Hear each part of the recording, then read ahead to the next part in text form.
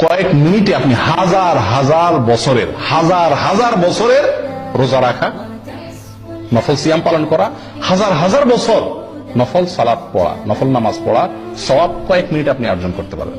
বলবো পদ্ধতিটা? সুবহানাল্লাহ।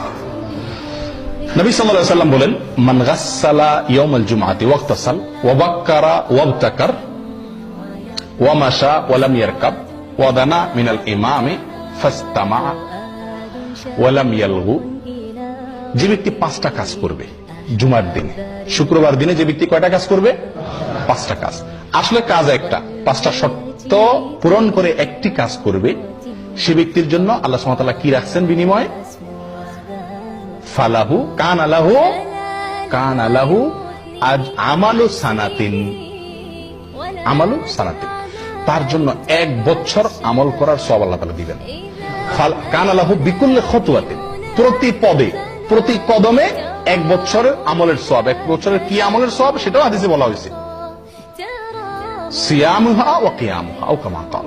1 বছর নফল সিয়াম রাখলে, 1 বছর নফল নামাজ পড়লে যে সওয়াব হবে, 1 বছর 365টা নফল রোজা, 1 বছর 365 রাখাও যায় না, এই 1 বছর নফল রোজা এবং 1 বছরের নফল নামাজের সওয়াব পাওয়া যাবে প্রতি কদমে।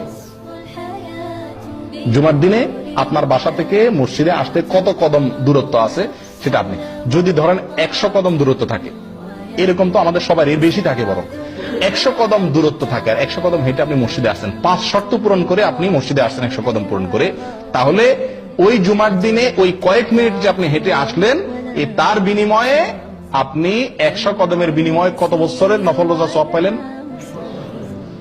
100 কদমের বিনিময়ে 100 বছর, 100 বছর নফল রোজা, 100 বছর নফল সালাতের সওয়াব পাইলেন ওই কয়েক মিনিটে।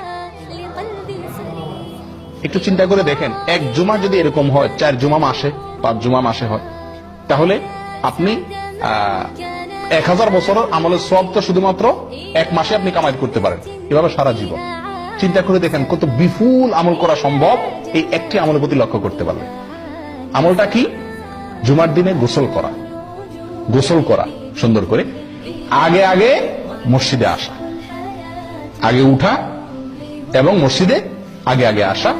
3 নম্বর হলো পায়ে হেঁটে মসজিদে যাওয়া, গাড়িতে বা বাহনে না চড়া, একান্ত অসুবিধা না থাকলে পায়ে হেঁটে যাওয়া। 4 নম্বর হলো ইমামের কাছাকাছি চলে যাওয়া, দূরে না বসা, সামনাসামনি বসা, কাছাকাছি বসা। 5 নম্বর হলো মনোযোগ দিয়ে খুতবা শোনা, কোনো অনর্থক কথাবার্তা না বলা।